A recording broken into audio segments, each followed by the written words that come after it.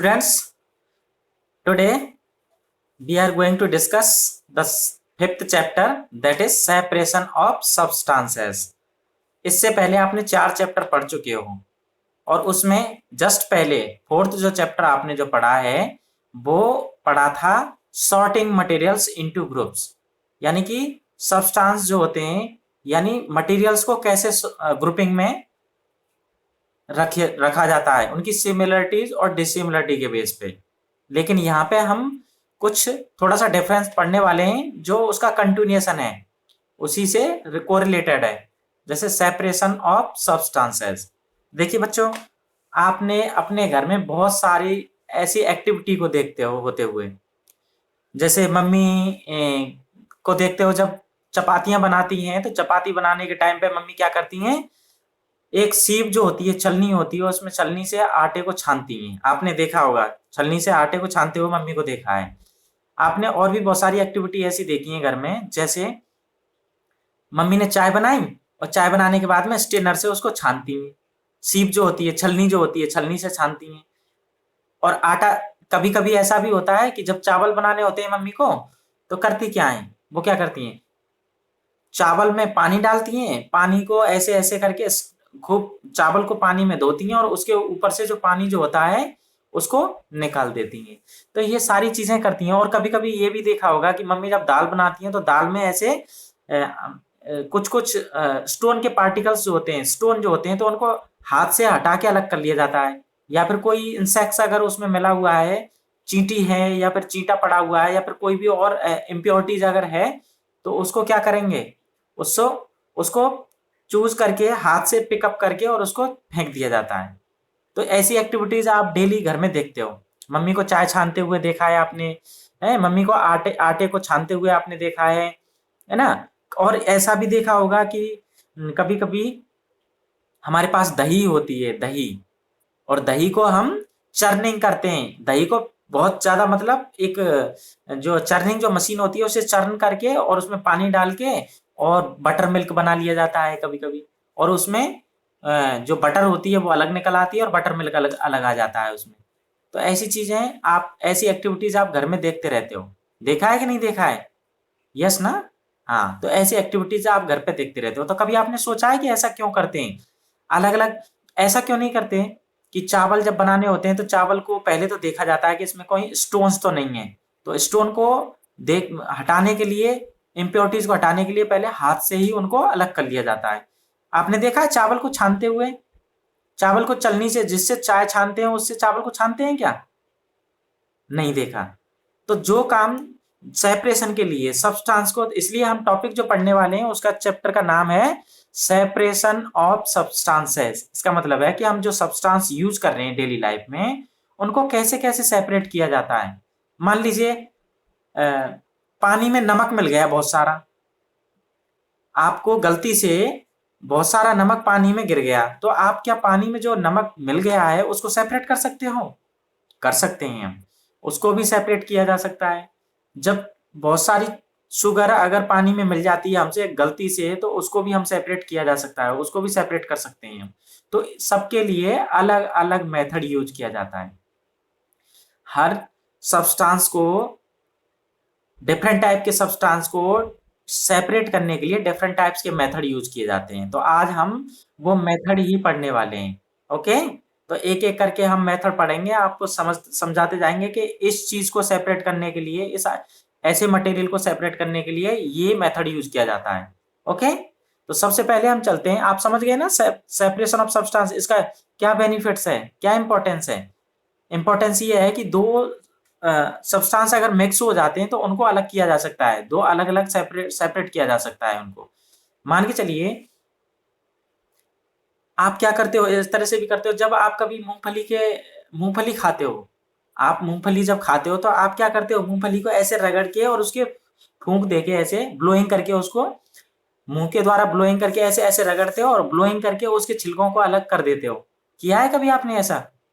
आपने किया होगा ना। जब आप मूंगफली खाते हो तो मूंगफली खाने के टाइम पे आप ऐसे हाथ में उसको रगड़ के ऐसे, और रगड़ने के बाद में आप फूंक दे के, फूंक मतलब ब्लोइंग करते, मुंह से ब्लोइंग करते हो, और आप वो जो लाइट जो वो होते हैं, छिलके जो होते हैं उसके लाइट होते हैं, बहुत ही लाइट होते हैं, हल्के होते हैं, इसलिए वो फूंक द्वारा बाहर अलग कर दिए जाते हैं। और क्या रह जाता है हमारे पास में? केवल हमारे पास रह जाता है मूंगफली, जिसको हम आसानी से खा लेते हैं।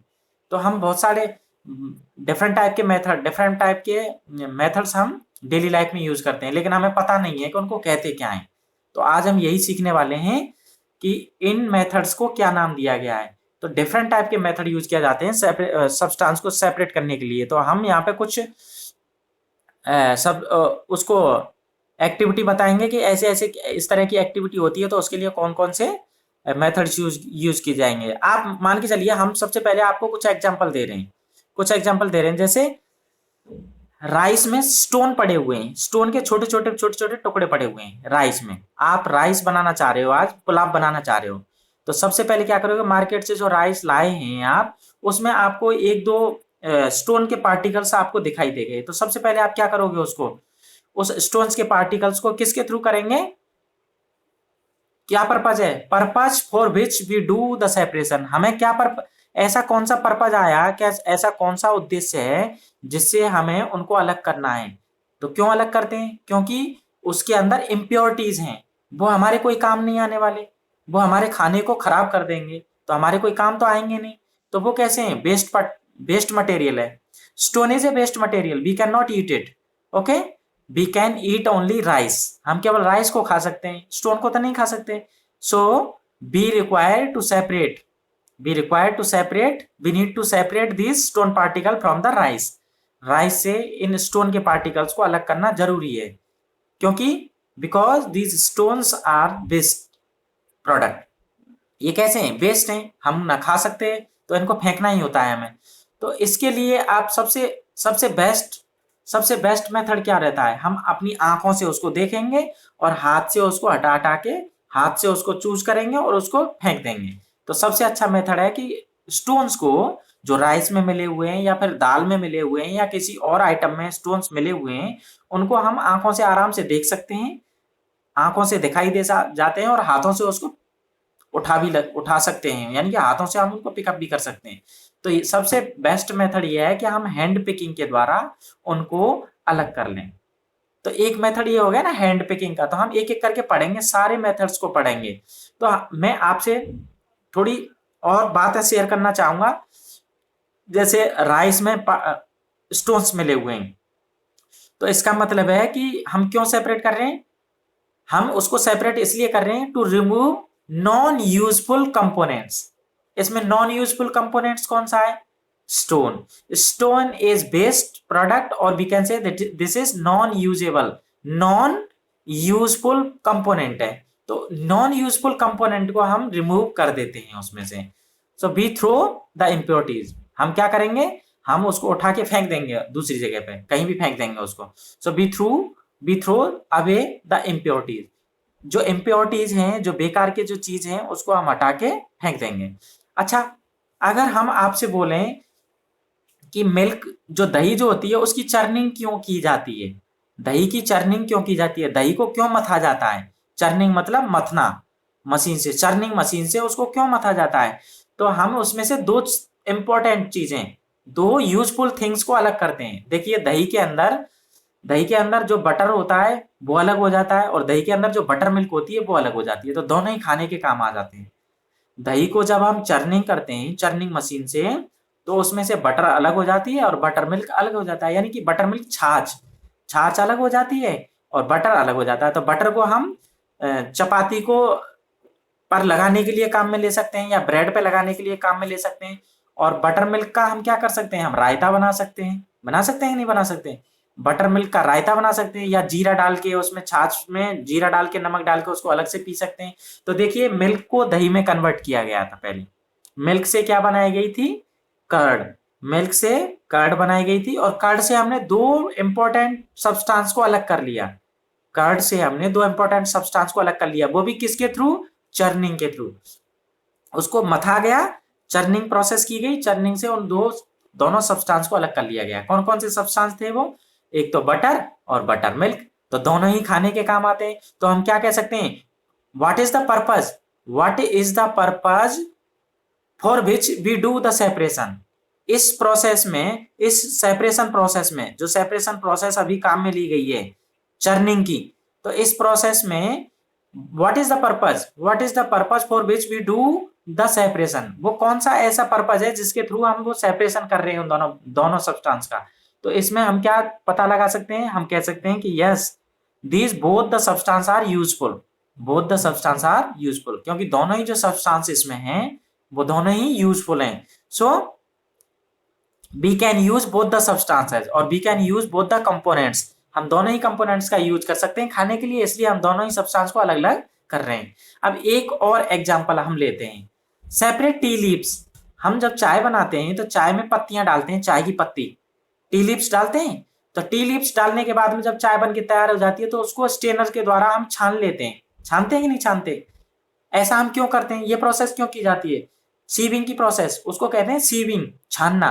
तो ये सीविंग की जो प्रोसेस है वो क्यों की जाती है? What we can say that purpose for which we do the separation, वो कौन सा पर्पज है जिसको हम पाने के लिए, उस पर्पज को पाने के लिए हम क्या कर रहे हैं, सेपरेशन कर रहे हैं। तो इसमें क्या कर रहे हैं, we through the solid component, हम जो सॉलिड कंपोनेंट है या फिर वेस्टेज प्रोडक्ट है उसको हम सेपरेट करने के लिए प्रोसेस कर रहे हैं। तो हमने यहाँ पे 3 एग्जांपल लिए। पहले एग्जांपल में हमने राइस में जो स्टोन मिले थे उनको अलग किया, उसमें से एक तो यूजफुल प्रोडक्ट था, यूजफुल कंपोनेंट था, और दूसरा वाला नॉन यूजफुल कंपोनेंट्स था। तो दोनों को अलग कर लिया गया था, यूजफुल को और नॉन यूजफुल को। तो नॉन यूजफुल को थ्रो कर दिया गया, यूजफुल को हमने काम में ले लिया। सेकंड जो एग्जांपल हमने लिया था उसमें हमने चर्निंग की थी, किसकी? मिल्क की, यानी कर्ड की चर्निंग जो की थी उसमें से दोनों सब्सटेंस यूजफुल थे। पहला सब्सटेंस का वो था बटर और दूसरा सब्सटेंस उसमें जो था वो था बटर मिल्क। तो दोनों ही खाने के काम आते हैं, तो हमने दोनों ही सब्सटेंस को अलग अलग तरीके से सेपरेट कर लिया। तो इसका क्या पर्पस था, क्यों किया हमने ऐसा? क्योंकि we can use both the substance for eatable purpose, for these both are edible items, दोनों ही खाने के काम में आते हैं, एडिबल आइटम्स थे, तो हम दोनों ही सब्सटेंस को अलग अलग कर लिया। और तीसरे एग्जांपल में हमने क्या किया, तीसरा सेपरेट टी लीव्स, हमने जब चाय बनाई तो चाय में से पत्ती को अलग कर लिया और चाय पी ली। तो इसमें से क्या किया हमने, वेस्ट प्रोडक्ट को हमने फेंक दिया, वेस्ट प्रोडक्ट को, जो वेस्टेज था उसको हमने अलग निकाल के फेंक दिया, और जो यूजफुल प्रोडक्ट था उसको हमने यूज कर लिया। चाय को हमने पी लिया और चाय की पत्तियों को निकाल के फेंक दिया। तो ये इसलिए हमें चीजों को, यानी कि जो सब्सटेंस हैं या कंपोनेंट्स हैं उनको हमें मोर यूजफुल जो होते हैं उनको यूज करने के लिए हम चीजों को क्या करते हैं, सेपरेट करते हैं। तो आपको समझ में आ गया कि सब्सटेंस को सेपरेट क्यों किया जाता है, क्या उसके यूजफुलनेस को देखते हुए, यानी कि उसका इंपॉर्टेंस को देखते हुए उनको यूज कर लेते हैं, उनको सेपरेट करते हैं, और जो वेस्टेज जो होते हैं उनको हम फेंक देते हैं, इसलिए हम सेपरेट करते हैं। तो हम यहाँ पे कुछ सेपरेशन के मेथड पढ़ेंगे। तो method, now we are going to discuss about the methods of separation. What we are going to discuss? We are going to discuss about the separation methods. So first method हम देखते हैं, first method हम जो use कर रहे हैं वो है हैंड पिकिंग। फर्स्ट मेथड हम यूज कर रहे हैं वो है हैंड पिकिंग। इसका मतलब होता है हाथ के द्वारा सेपरेशन करना, हाथ से ही सेपरेशन करना चीजों का। अब बताइए, अब आप इतना पढ़ चुके हो, इतना समझ चुके हो, तो हैंड पिकिंग कैसे की जा सकती है? जैसे देखिए, आपको हमने बहुत सारे फ्रूट्स लाके दे दिए, मार्केट से हम बहुत सारे फ्रूट्स लाए और एक ही बैग में भर के लेके आ गए। हम मार्केट गए थे और हमने मैंगो लिया, हमने ऑरेंज लिया, हमने ग्रेप्स लिए हैं, हमने एप्पल लिया, ये गुआवा लिया। तो बहुत सारे एप्पल्स, गुआवा, ग्रेप्स और ऑरेंज, ये सारी चीजें हम फ्रूट्स लेके आए और हमने आपको बोला घर पे आके कि बेटा इसमें हम बैग में हम बहुत सारे फ्रूट्स हैं तो इनको सेपरेट कर लो। तो आप क्या करोगे? आप ऐसा तो है नहीं कि आप चाय की छन्नी लोगे और उसमें से छानने की कोशिश करोगे, ऐसा तो नहीं करोगे। या फिर आप क्या करोगे, सबसे बेस्ट आइडिया आपको आएगा कि हैंड से, हाथ से ही उनको अलग अलग आप पहचानोगे आंखों से कि ये तो एप्पल है, एप्पल को हाथ से हटा हटा के अलग कर लोगे, ऑरेंज को अलग कर लोगे, ग्रेप्स को अलग कर लोगे, और ऐसे ही गुआवा जो अमरूद है उसको भी अलग कर लोगे। तो आपने कौन सा मेथड फॉलो किया इसके लिए? हमने जो बड़े आइटम्स बड़े हैं उनको हम हाथ से सेपरेट कर सकते हैं। बड़े आइटम्स को बिग थिंग्स को, बिग कंपोनेंट्स को हम हाथ के द्वारा ही क्या कर सकते हैं, सेपरेट कर सकते हैं। तो ये मेथड जो है वो क्या कहलाता है, कौन सा मेथड कहलाता है, hand picking method, hand picking. So we can say that in this method, or we can say that the hand picking can be used for separating slightly larger size impurity like the piece of dirt, stone and husk from the wheat। कौन कौन से particle, जैसे beat के अंदर चावल के दानों में कुछ इम्प्योरिटीज हैं तो उनको भी हाथ से अलग कर लिया, स्टोन्स को अलग कर लिया, या फिर गेहूं में अगर हस्क के पार्टिकल हैं उसमें कुछ गेहूं के जो हस्क जो होता है कुछ घास फूस जैसी होती है उनको भी अलग कर लेते हैं, हाथ से अलग कर किया जा सकता है। कुछ स्लाइटिंग जो लार्जर पार्टिकल्स होते हैं उनको भी हाथ से अलग कर लिया जाता है। ओके, और चावल के दानों में से या दाल में से अगर स्टोन है उसमें तो स्टोन को अलग कर लिया जाता है, या फिर उसमें इंसेक्ट है कुछ तो भी उसको अलग कर लिया जाता है। तो इसके लिए हम कौन सा मेथड यूज करेंगे, hand picking method. Okay, so we can say the hand picking method can be used for separating slightly larger sized impurities like wheat of dirt। अगर व्हीट के अंदर दान जो हमारे गेहूं जो होते हैं, गेहूं के अंदर अगर कोई इम्प्योरिटीज हैं उनसे अलग कर लेंगे। पल्सेस और राइस के अंदर अगर स्टोन्स हैं तो उनको भी अलग कर लिया जाता है। ये कैसी होती है, वो बहुत ही ज्यादा छोटी नहीं होती है इम्प्योरिटी, ये इम्प्योरिटीज कैसी होती है, थोड़ी बड़ी होती है, इसलिए हमें हाथ से हम उनको अलग कर लेते हैं। Okay, so hand picking method is convenient to separate such type of component. इस तरह के कंपोनेंट में से हैंड पिकिंग मेथड से इन इम्प्योरिटीज को अलग कर लिया जाता है।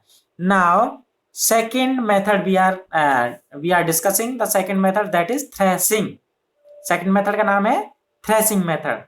फर्स्ट मेथड हमने यूज कर लिया, पता हो गया हमें hand picking. Second method we are going to discuss that is threshing. अब थ्रेसिंग में क्या होता है, थ्रेसिंग एक तरह से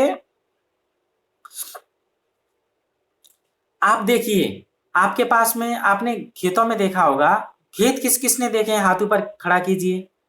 खेतों में आप कभी गए हो, गेहूं की फसल को पकते हुए देखा है आपने, या फिर गेहूं की फसल हो या चावल की जो फसल हो, जो पैडी की जो फसल होती है उनको पकते हुए देखा है। ओके, अब जब फसल जब पक के तैयार हो जाती है तो उसमें उसकी बालें जो होती हैं, उसके ऊपर जो उसके सीड्स जो लगते हैं, फ्रूट्स के रूप में जो सीड्स लगते हैं वो भी पक के तैयार हो जाते हैं।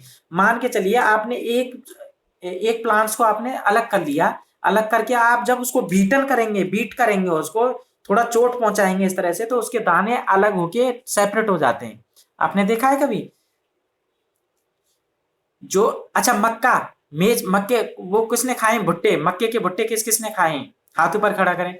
मक्के के भुट्टे में जो दाने होते हैं उन दानों को निकालने के लिए हम अगर मक्के को ऐसे जमीन पर पटक के मारें तो दाने अलग हो जाते हैं, दाने उसमें से अलग हो जाते हैं। तो यही मेथड कहलाता है थ्रेसिंग का मेथड। उसको बीटन किया जाता है, मारा जाता है, उसको पीटा जाता है। उसको पीटने की जो प्रोसेस होती है, पूरे प्लांट्स को, स्टॉक को और उसको सीड को अलग करने के लिए उसको बीटन किया जाता है, उसको पिटाई की जाती है उसकी। जैसे आपकी कभी पिटाई हुई है, हाँ ऐसे ऐसे उनकी पिटाई की जाती है। पिटाई करने से क्या होते हैं, उसके जो ग्रेन्स जो होते हैं वो सेपरेट हो जाते हैं। तो हम क्या कह सकते हैं, द प्रोसेस, थ्रेसिंग की प्रोसेस में क्या होता है, थ्रेसिंग की प्रोसेस में क्या होता है, the process that is used, the process that is used to separate grains from stock.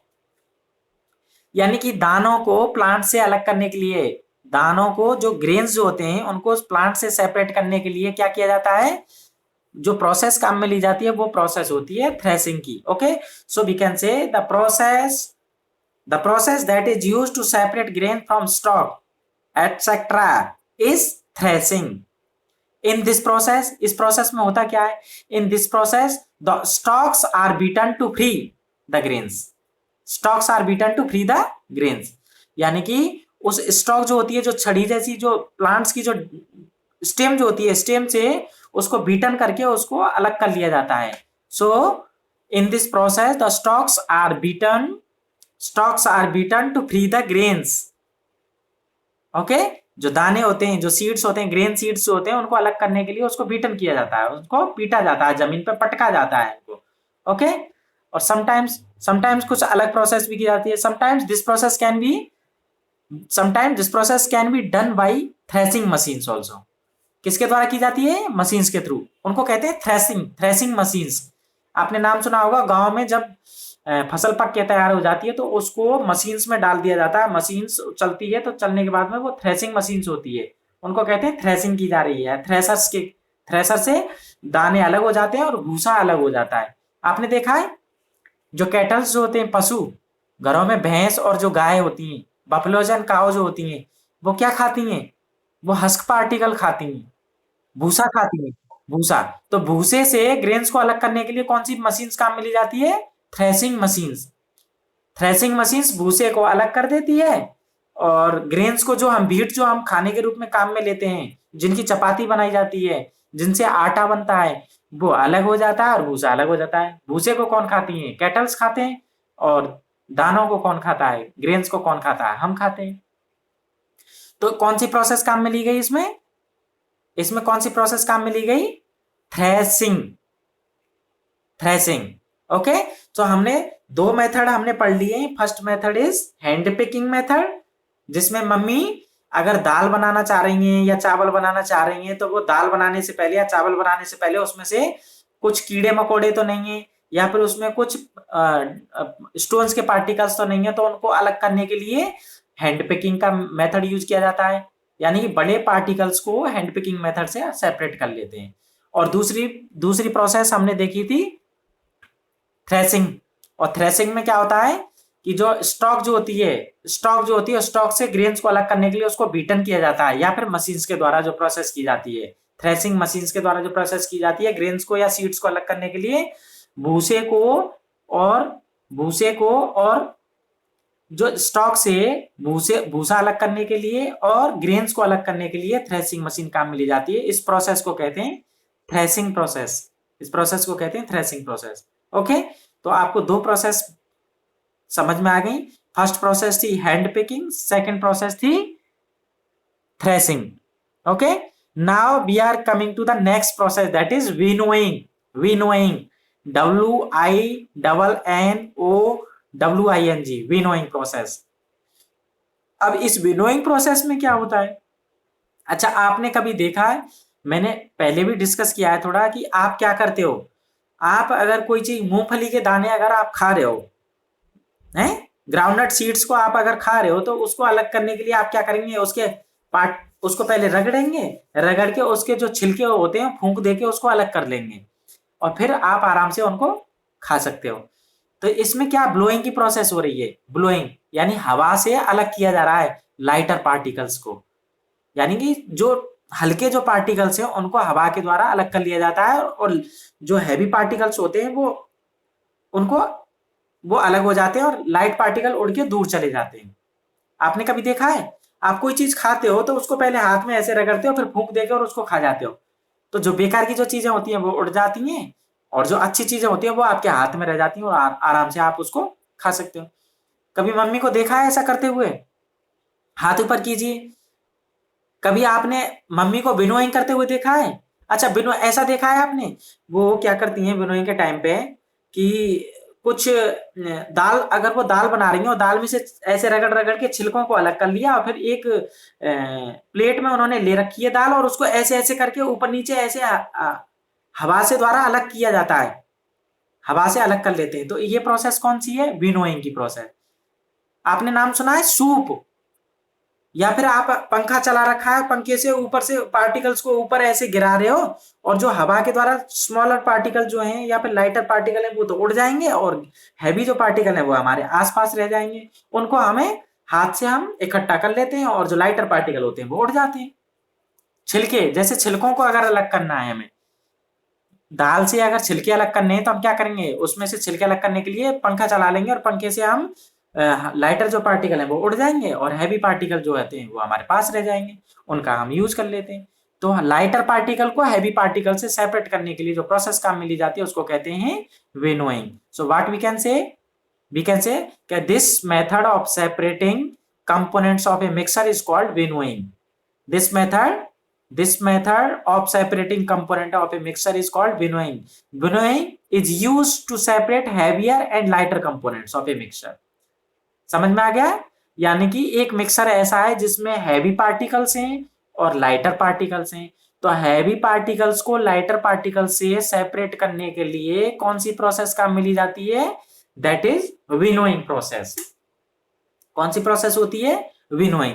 तो अब तक हम 3 प्रोसेस पढ़ चुके हैं, hand picking, second threshing, third one is winnowing. Okay, 3 process हम पढ़ चुके हैं। किसी को कोई प्रॉब्लम नहीं होनी चाहिए इन तीनों प्रोसेस में, आपको पता चल गया। Now we are coming to the next process that is sieving process. That is sieving, SIEVING, sieving process. We are coming to the next process that is sieving process. अब सीविंग की process को ध्यान से सुनिए। Sieving में क्या होता है? सीविंग का मतलब होता है छानना। सीविंग का क्या मतलब है? छानना। और छानने की प्रोसेस में आप घरों में डेली देखते हो, आप घर में डेली देखते हो मम्मी आटा डेली छानती हैं, चाय की पत्ती भी छानती हैं, चाय बनाते टाइम चाय की पत्ती छानती हैं, उसको भी सीविंग कहते हैं। आटा जब छानते हैं तो आटे में क्या देखती हैं वो, कोई ग्रेन्स के पार्टिकल रह गए हों उनको अलग कर लिया जाता है, या फिर हस्क पार्टिकल हो, हस्क पार्टिकल, भूसी जो होती है, नाम सुना है भूसी? आटे में जो भूसी होती है, भूसा, भूसा जो होता है, भूसे को अलग करने के लिए किससे? फ्लोर्स को, फ्लोर से यानी कि आटे से कुछ इम्प्योरिटीज, आटे में कुछ इम्प्योरिटीज मिली होती हैं, जैसे हस्क पार्टिकल्स मिले होते हैं, या फिर कुछ ग्रेन्स के पार्टिकल्स भी हो सकते हैं, टूटे टूटे फूटे ग्रेन्स के पार्टिकल। तो उसको अलग करने के लिए हम किससे छानते हैं? सीविंग से, सीप से छान लेते हैं, छलनी से छान लेते हैं। और छलनी से छानने के बाद में आटा अलग हो जाता है और भूसी अलग हो जाती है। तो आप डेली देखते हो मम्मी को ऐसा करते हुए घरों में। तो ये प्रोसेस जो होती है वो क्या कहलाती है? सीविंग। अच्छा, आपने कभी ऐसा देखा है कि जब घर का कंस्ट्रक्शन चल रहा होता है, घर में जब कंस्ट्रक्शन का काम चल रहा होता है तो हम सैंड लेके आते हैं, बहुत सारी सैंड लेके आते हैं, और सैंड को हम छानते हैं एक बड़े सारे छलने से, बड़े सारे सीप मशीन, सीविंग की एक मशीन होती है बहुत बड़ी, और उसमें हम बजरी, बजरी जो होती है, सैंड जो होती है, उसको डाल देते हैं और उससे हम स्टोन्स को अलग कर लेते हैं। तो जो स्मॉलर पार्टिकल्स होते हैं वो तो नीचे निकल जाते हैं, और हैवी जो पार्टिकल यानी कि बड़े वाले बिग पार्टिकल जो होते हैं वो छलनी में रह जाते हैं। तो उनको सेपरेट कर लिया जाता है। तो ऐसा करते हुए कभी देखा है आपने? घर बनते हुए देखा है? जब वो घर बनता है तो सैंड, सैंड काम में ली जाती है, और सीमेंट काम में ली जाता है, ब्रिक्स काम में ली जाती है। तो जो बड़े वाले छलने से, बड़े वाले सीप से सैंड को अलग कर लेते हैं, और पेबल्स को यानी कि पत्थरों को अलग कर लिया जाता है। और उसको छोड़ दीजिए, आप घर में तो देखते हैं ना मम्मी को आटा छानते हुए, आटे को छानते हुए सब देखते हो, डेली देखते हो। नहीं देखा हो तो आज देखना, मम्मी जब छानेगी तब देखना क्या निकलता है उसमें से। ओके, मम्मी जब आटा छानेंगी तो आप उसको ऑब्जर्वेशन करेंगे, देखेंगे कि उसको आटा छानने के टाइम पे छलनी में क्या रह गया था। तो आप देखोगे उसमें से या तो ग्रेन्स के पार्टिकल हो गए होंगे, या फिर कुछ इंसेक्ट्स निकल सकते हैं उसमें, सुरसरी, छोटे छोटे से इंसेक्ट, या फिर उसमें से क्या निकल सकते हैं? भूसी निकल सकती है, भूसी, भूसी जिसको कहते हैं हस्क पार्टिकल। तो वो अलग हो जाएंगे।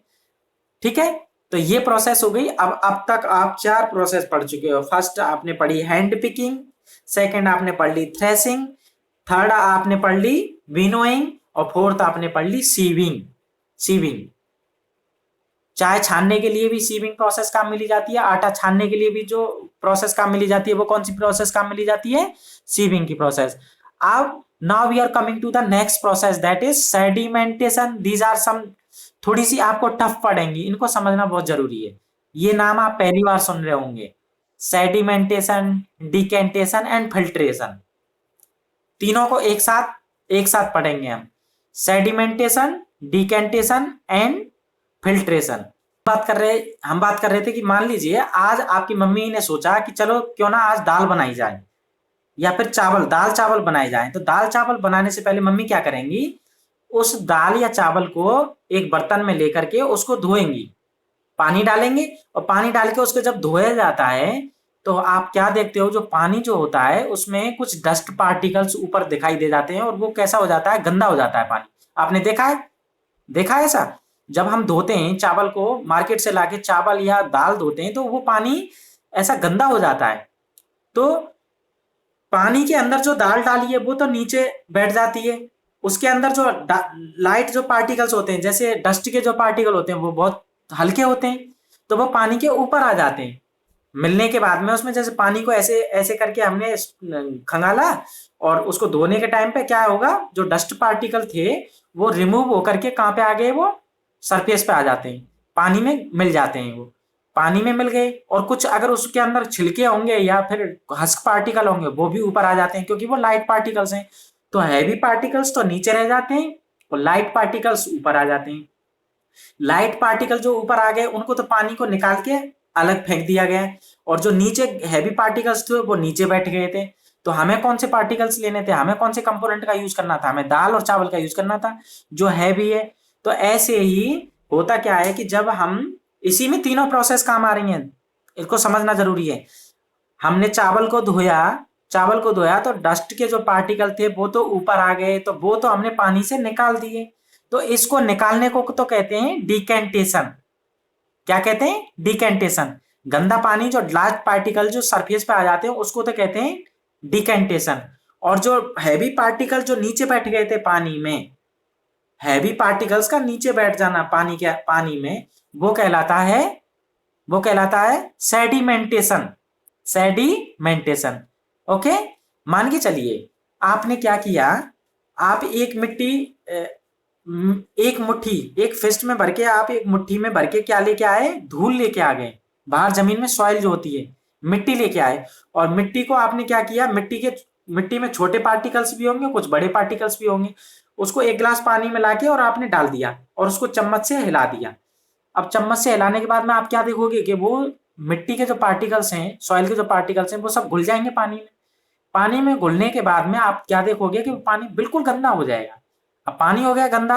अब अगर उस पानी को, गिलास से भरे हुए पानी को, कांच के गिलास में आप जो भरा था पानी, उसको आपने 1 घंटे के लिए रख दिया। 1 घंटे बाद आप देखोगे कि उसके जो बिल्कुल पानी के जो बिल्कुल लाइट पार्टिकल्स थे वो तो ऊपर रह गए पानी की सरफेस पे, और जो हैवी पार्टिकल्स थे वो नीचे बैठ जाते हैं, एकदम बैठ जाते हैं, नीचे बैठ गए और लाइट पार्टिकल ऊपर आ गए। तो अब हम जो लाइट पार्टिकल्स को तो हम सेपरेट कर सकते हैं, उसमें से अलग करके बिल्कुल धीमे से उठा के उसको सेपरेट कर लिया, और जो हैवी पार्टिकल्स वो नीचे रह जाएंगे। तो जो हैवी पार्टिकल्स का नीचे बैठ जाना बॉटम में वो तो कहलाता है सेडिमेंटेशन, और लाइट पार्टिकल्स का सरफेस पे आ जाना, वाटर की सरफेस पे आ जाना, वो कहलाता है डिकेंटेशन। ओके। अच्छा, आपने कभी देखा है कि पानी में जैसे हमने मोटर चलाई और मोटर के साथ में गंदा पानी आ गया, तो बकेट में जो पानी आता है वो गंदा पानी हो जाता है, तो हम मम्मी क्या कहती हैं या पापा आपसे क्या कहते हैं, बेटा 1 घंटे के लिए पानी को रखा रहने दो, ये जो पानी गंदा है वो नीचे बैठ जाएगा और साफ पानी ऊपर रह जाएगा। तो हम क्या करते हैं, साफ पानी को अलग किसी बर्तन से धीरे धीरे किसी दूसरे बर्तन में ट्रांसफर कर लेते हैं, और जो गंदा पानी जो होता है वो नीचे बैठा रह जाता है, उसको हम फेंक देते हैं। तो जो प्रोसेस है हैवी पार्टिकल्स को नीचे बैठने की जो प्रोसेस होती है उसको क्या कहते हैं, सेडिमेंटेशन। और जो लाइट पार्टिकल्स ऊपर आ जाते हैं वो उसको क्या कहते हैं, डिकेंटेशन। Okay, decantation. तो हम ऐसे कह सकते हैं, when the heavier component in a mixer settled, when the heavier component in a mixer settled after water is added to it. जब उसमें पानी मिलाया जाता है हैवियर पार्टिकल्स में और लाइटर पार्टिकल्स में, जब पानी मिलाया जाता है तो हैवियर पार्टिकल जो सेटल डाउन हो जाते हैं, हैवियर पार्टिकल्स का सेटल डाउन हो जाना है, पेंदे में नीचे बैठ जाना, हैवियर पार्टिकल्स का पेंदे में नीचे बैठ जाना ही क्या कहलाता है, सेडिमेंटेशन कहलाता है। सो हम कैसे लिखेंगे इसको, हम लिख सकते हैं कि when the heavier component in a mixture settled after water is added to it, the process is called sedimentation. इस प्रोसेस को हम कहते हैं सेडिमेंटेशन की प्रोसेस। ओके। और डिकेंटेशन किसको कहते हैं, when the water along with the dust, when the water along with the dust is removed, the process is called decantation। यानी कि आपने जब चावल को पानी में धोया था, चावल हैवी पार्टिकल्स थे, चावल में आपने पानी ऐड किया तो उसको आपने इस तरह से उसको धोया, तो धोने के बाद में लाइटर पार्टिकल्स तो ऊपर आ गए पानी पर, और हैवी पार्टिकल चावल है वो नीचे बैठ जाएंगे। तो लाइटर पार्टिकल्स को आपने सेपरेट कर दिया, सेपरेट कर दिया, पानी को निकाल दिया उसमें से, तो हैवी लाइटर पार्टिकल्स सब निकल के अलग हो गए और जो चावल है वो नीचे रह गए। तो इस प्रोसेस में जो चावल नीचे बैठ गए थे, चावल पानी के बॉटम में बैठ गए थे, वो तो कहलाता है सेडिमेंटेशन। और जो लाइटर पार्टिकल यानी डस्ट के जो पार्टिकल्स थे वो पानी के ऊपर रह गए थे, उनको अलग कर लिया गया। ये प्रोसेस कहलाती है डिकेंटेशन। आपको समझ आ गई डिकेंटेशन एंड सेडिमेंटेशन? सेडिमेंटेशन में हैवी पार्टिकल नीचे बैठ जाते हैं और डिकेंटेशन में जो लाइटर पार्टिकल्स होते हैं वो पानी की सरफेस पे आ जाते हैं ऊपर और उनको अलग कर लिया जाता है। Okay, so so we can say that what is sedimentation and what is decantation. तो सेडिमेंटेशन को कैसे डिफाइन करेंगे? We can define it when the heavier component in a mixture settled after water is added to it. जब पानी उसमें add किया गया, then the process is called sedimentation. And when the water along with the dust, when the water along with the dust is removed, the process is called decantation. ये process decantation कहलाती है। Okay, यही same process क्या की जाती है, filtration के लिए भी की जाती है। 1 मिनट। यही सेम प्रोसेस हम लिक्विड्स के लिए भी करते हैं। मान लीजिए दो लिक्विड्स आपस में हम मिले हुए हैं, दो लिक्विड्स, जैसे आपने क्या किया, पानी में ऑयल मिला दिया। पानी की में जब आप ऑयल मिला देते हो तो ऑयल मिक्स नहीं होता उसमें, वो क्या करता है, सरफेस पे तैरता है, उसकी सरफेस पे फ्लोट करता है, float on the surface of water. When you want to mix the water to the oil, oil में और पानी को आप मिक्स करना चाहोगे तो होगा क्या, वाटर की सरफेस पे फ्लोट करेगा oil, float on the surface of the water. तो इसको, ये एक लेयर बन जाती है, एक लेयर बन जाती है, हैं? तो इन दोनों को मिक्सर्स को अलग करने के लिए भी फिल्ट्रेशन और डिकेंटेशन की प्रोसेस का डिकेंटेशन किया जाता है। उसको ऑयल को धीरे धीरे करके डिकेंटेशन से अलग कर लिया जाता है और पानी अलग रह जाता है। ओके, क्योंकि वो अलग सरफेस बना लेता है। तो ऐसे बहुत सारी चीजों को हम सेपरेट करने में यूज करते हैं।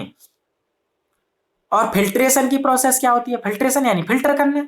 आप जब चाय बनाते हैं, चाय के टाइम पे जो फिल्टर भी किया रहा है, सीविंग की प्रोसेस भी होती है और उसमें फिल्टर की भी प्रोसेस होती है। उसको फिल्टर करते हैं, यानी कि चाय की पत्तियां अलग रह जाती हैं और चाय अलग हो जाती है। तो ये भी प्रोसेस कौन सी होती है? फिल्ट्रेशन।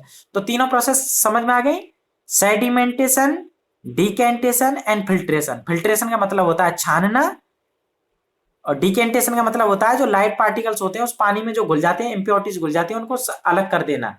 और सेडिमेंटेशन का मतलब होता है हैवी पार्टिकल्स का बॉटम में बैठ जाना, पानी के अंदर जो बॉटम में बैठ जाना, ये प्रोसेस कहलाती है। तो आज आपने देखिए कौन कौन सी प्रोसेस पढ़ ली। शुरू से हम चलते हैं। पहले आपने पढ़ी थी हैंड पिकिंग, दूसरी प्रोसेस आपने पढ़ी थी थ्रेसिंग, तीसरी प्रोसेस आपने कौन सी पढ़ी थी? विनोइंग। विनोइंग के बाद में आपने सीविंग पढ़ी, सीविंग के बाद में आपने कौन सी सीविंग के बाद में फिर आपने सेडिमेंटेशन पढ़ लिया, सेडिमेंटेशन के बाद में आपने डिकेंटेशन पढ़ लिया, डिकेंटेशन के बाद में आपने फिल्ट्रेशन भी पढ़ लिया, है ना? फिल्ट्रेशन भी पढ़ लिया। अब हम आपको देखिए फिल्ट्रेशन में एक दो एग्जांपल और लेते हैं। मान के चलिए हमको क्या, हमें क्या हुआ, हमें गलती से जो हमारी जो सॉल्ट है, सॉल्ट वो हमसे, सॉल्ट का जो डब्बा है वो हमसे गलती से नीचे गिर गया और वो धूल मिट्टी में मिल गया, वो यानी कि सॉइल में मिल गया, वो सॉइल के अंदर नमक मिल गया हमसे गलती से। अब अगर हमें सॉइल को नमक से बिल्कुल सेपरेट करना है तो हम क्या करेंगे? तो हम इसके लिए देखो कौन कौन सी प्रोसेस काम मिलेंगे। सबसे पहले तो ऐसा तो है नहीं कि नमक के पार्टिकल्स को हम हाथ से अलग कर लें, कर सकते हो क्या? नमक के जो पार्टिकल्स होते हैं, सॉल्ट के जो पार्टिकल होते हैं बहुत ही छोटे होते हैं, तो उनको हाथ से हैंड पिकिंग से तो कर, सैंड के सैंड से यानी कि सॉइल के पार्टिकल्स को, सॉल्ट के पार्टिकल्स को अलग नहीं कर सकते हम हैंड पिकिंग से। ना तो हैंड पिकिंग से कर सकते हैं, अगर उसको छाने तब भी नहीं कर सकते। छान के भी क्या है, सॉइल भी उतनी पतली होती है, उतने छोटे पार्टिकल होते हैं सॉइल के भी और सॉल्ट के भी छोटे पार्टिकल होते हैं। तो हैंड पिकिंग से नहीं की जा सकती, सीविंग से नहीं की जा सकती। तो फिर हम करें कैसे उसको? तो उसके लिए हम क्या करते हैं, सबसे पहले जो नमक और जो सॉइल जो मिल गई है, मिक्स हो गई है, उसमें सबसे पहले हम क्या करेंगे, पानी ऐड करेंगे, बहुत सारे पानी में ऐड करके उसको मिक्स कर लेंगे, तो वो दोनों ही सॉइल के पार्टिकल्स और नमक के जो पार्टिकल्स हैं दोनों ही मिक्स हो जाएंगे। अब दोनों ही मिक्स हो जाएंगे तो क्या करेंगे, उसमें से उसको क्या करेंगे, फिर गर्म करेंगे। उसको क्या करेंगे, डिकेंटेशन से पहले उसको ऐसे ऐसे करके मिक्स किया, तो जो हैवी पार्टिकल फिर क्या करेंगे, उसको थोड़ा सा 1 घंटे के लिए रख देंगे, तो उसमें क्या होंगे, जो मिक्स हो गया नमक तो मिक्स हो जाएगा पानी में, लेकिन सैंड के जो पार्टिकल है वो नीचे बैठ जाएंगे। तो हम पानी को डिकेंटेशन करके, पानी को धीरे धीरे डिकेंटेशन करके पानी को अलग कर लेंगे, उसमें आ गया नमक। अब जिस पानी में नमक आया है उस पानी को हम एवोपरेट करेंगे, यानी हीट करेंगे, गर्म करेंगे। और जब गर्म करेंगे तो गर्म करने पे क्या होगा, उसमें एवोपरेशन की प्रोसेस होगी। कौन सी प्रोसेस होगी, एवेपोरेशन। तो एवेपोरेशन की क्या प्रोसेस होती है, the process of conversion of water into its vapour is called evaporation. यानी कि पानी को गर्म करने पे पानी को भाप में बदलना, पानी का भाप में बदलना, ये कहलाता है एवेपोरेशन। पानी का भाप में बदलना, और भाप में कब बदला जाएगा, जब हम उसको गर्म करेंगे। So the process of conversion of water into its vapour is called evaporation. तो इसके लिए सबसे पहले सॉल्ट को, पानी में जो सॉल्ट मिल गया है, मिक्स हो गया है, उससे मिट्टी हमने सेडिमेंटेशन से मिट्टी को अलग कर लिया, डिकेंटेशन से हमने, डिकेंटेशन की प्रोसेस से हमने पानी को और सॉल्ट को अलग कर लिया, और मिट्टी को हमने अलग कर दिया सेडिमेंटेशन से, क्योंकि वो मिट्टी तो बैठ गई थी नीचे पेंदे में। पानी में जब हमने घोला था नमक को और सॉइल को, तो पानी के जो बॉटम, बर्तन के बॉटम में मिट्टी नीचे बैठ गई थी, और पानी के अंदर सॉल्ट घुल गया था, उसको हमने अलग कर लिया था। और उस पानी को हम गर्म कर रहे हैं, गर्म करके पानी तो उसमें से गर्म करके हीट करके किसमें, वेपर बन के, भाप बन के उड़ जाएगा, और उसमें क्या रह जाएगा, सिर्फ नमक रह जाएगा। समझ में आया, हाथ ऊपर कीजिए। भाई पानी में नमक जो घुला हुआ था उसको गर्म करने से नमक तो गर्म होकर के नीचे ही रह जाएगा, और जो पानी उड़ जाएगा ऊपर, तो पानी भाप बन के उड़ जाएगा पूरा। तो इस प्रोसेस को क्या कहते हैं, एवोपेरेशन की प्रोसेस। अच्छा, एक प्रोसेस और देखते होंगे, जब मम्मी चाय बनाती हैं या फिर दूध गर्म करती हैं, तो उसके ऊपर जो बर्तन रखते हैं, दूध गर्म कर रहे हैं या फिर हम चाय बना रहे हैं, तो उसके ऊपर ढक के, कोई भी चीज ढक के हम गर्म कर रहे हैं, तो हम देखते हैं कि जो बर्तन पे कुछ पानी की बूंदें दिखाई देती हैं हमें। भाप बन के, जो पानी भाप बन के उड़ता है तो वो बूंदों के रूप में इकट्ठा हो जाता है ऊपर। देखा है कभी बर्तन पे बूंदें, ड्रॉप ड्रॉप देखी है, वाटर की ड्रॉपलेट्स। वाटर की जो ड्रॉपलेट्स होती हैं वो भाप बन के पानी जैसे उड़ता है तो ड्रॉपलेट के रूप में जमा हो जाता है। तो भाप से पानी, भाप से वाटर का बनना, भाप जो है वो कन्वर्ट हो जाती है वाटर में। तो conversion of vapour into water, the conversion, the process of conversion, the process of conversion of vapour into water, यानी कि भाप से पानी बनना, भाप से पानी बनना, ये प्रोसेस कहलाती है कंडेंसेशन की। कौन सी प्रोसेस कहलाती है, कंडेंसेशन। हाँ, कंडेंसेशन, यानी कि जब आप पानी को गर्म करोगे, गर्म करोगे तो भाप बनेगी। तो ये प्रोसेस, भाप बनने की प्रोसेस, पानी से भाप का बनना, एवेपोरेशन। और वो पानी जो ठंडा होकर के, भाप ठंडी होकर के पानी में बदल जाती है, उसको कहते हैं कंडेंसेशन। आपने 5th क्लास में वाटर साइकिल पढ़ा होगा। वाटर साइकिल जब पढ़ा होगा तो आपने देखा होगा कि समुद्रों में का जो पानी होता है वो गर्म होकर के भाप बन के उड़ जाता है, तो वो प्रोसेस कहलाती है एवापोरेशन। और जब भाप बन के पानी ऊपर उड़ जाता है तो वो ठंडा होके फिर पानी में बदल जाता है, यानी बादल बनते हैं, तो वो वेपर का वाटर ड्रॉपलेट्स के रूप में कन्वर्जन कहलाता है कंडेंसेशन। और कंडेंसेशन के बाद में जब वो पानी एक जगह से दूसरी जगह हवा के द्वारा एक जगह से दूसरी जगह मूवमेंट जब होता है तो वो पानी बरसने लगता है। तो वाटर साइकिल पढ़ के आए हो कि नहीं पढ़ के आए हो 5th क्लास में आप, आपने वाटर साइकिल पढ़ा है कि नहीं पढ़ा है। तो वाटर साइकिल में 2 प्रोसेस आपने पहले पढ़ के आ चुके हो, एवापोरेशन की प्रोसेस और कंडेंसेशन की प्रोसेस। एवापोरेशन में पानी का भाप में बदलना, पानी का भाप में बदलना एवापोरेशन, और भाप का पानी में बदलना ये कहलाता है कंडेंसेशन। समझ में आ गया, समझ में आ गया। पानी को भाप में बदलना, पानी का भाप में बदलना, यानी कि the process of conversion of water into its vapour is called evaporation. And the process of conversion of vapour into water is called condensation. पानी का भाप में बदलना इवापोरेशन और भाप का पानी में बदलना कंडेंसेशन। आ गई समझ में? समझ में आ गया? तो आज जो आप पढ़ चुके हो, जब जो नमक जो बनता है ना, नमक नमक जो बनता है वो बनता है खारे पानी से, या तो झील जो लेक्स होती हैं खारे पानी की जो लेक्स होती हैं उनसे पानी को जमीन में भर दिया जाता है और सनलाइट की वजह से वो पानी इवापोरेट हो जाता है और उसमें नमक रह जाता है। पानी तो ऊपर उड़ जाता है और नमक रह जाता है। नमक को इकट्ठा करके उसमें से इम्प्योरिटीज को अलग कर लिया जाता है बहुत सारी प्रोसेस के द्वारा, और फैक्ट्रीज में उस नमक को प्रोसेस किया जाता है, फिल्टर किया जाता है। फिल्टर करने के बाद में वो पैक किया जाता है और फिर आपके घर पे पहुंचता है वो नमक। आयोडाइज नमक आप खाते हो, टाटा सॉल्ट खाते हो, कोई भी सॉल्ट खाते हो, वो किससे बनता है? वो समुद्रों के पानी से बनता है, या फिर जो खारे पानी की जो झील्स होती हैं, लेक्स जो होती हैं, उनसे बनता है। तो उसमें कौन सी प्रोसेस काम में आ रही है नमक बनाने के लिए? उसमें एवापोरेशन की प्रोसेस काम में आ रही है। एवापोरेशन की, उसमें पानी जो है भाप बन के उड़ जाता है सनलाइट से और नमक रह जाता है। नमक को फैक्ट्री में प्रोसेस किया जाता है, फिल्टर किया जाता है, कई कई बार फिल्टर किया जाता है, तब वो आपके पैकेट्स के रूप में आपको आप तक पहुंचता है, आपके घर तक। तो उसमें ये प्रोसेस काम आती है, एवापोरेशन की प्रोसेस। मान के चलिए आपको 2-3 चम्मच आपने आज करके देखना, 4-5 चम्मच एक एक गिलास पानी में 4-5 चम्मच नमक घोल देना, और नमक घोलने के बाद में आप क्या करोगे, वो नमक तो घुल जाएगा, डिसअपियर हो जाएगा। अगर आपको उस नमक को वापस लेना है तो आपको क्या करना होगा, एक बर्तन में उस पानी को ही गर्म करना पड़ेगा। जब पानी गर्म होगा, धीरे धीरे गर्म होके भाप बन के उड़ जाएगा, तो नीचे क्या रह जाएगा, फिर सॉल्ट रह जाएगा। पानी ऊपर उड़ जाएगा और सॉल्ट उस बर्तन में रह जाएगा। तो ये प्रोसेस कौन सी थी? एवापोरेशन की प्रोसेस। ठीक है। और आपने कभी देखा होगा जब हम पानी को गर्म कर रहे होते हैं, पानी को गर्म करने के टाइम पे जो बर्तन ऊपर रख देते हैं पानी के, तो आपने देखा होगा उसको हटा के उसमें ड्रॉपलेट्स आ जाती हैं, तो पानी भाप बन के उड़ा और भाप फिर पानी में बदल गई। तो ये प्रोसेस कंडेंसेशन की कहलाती है।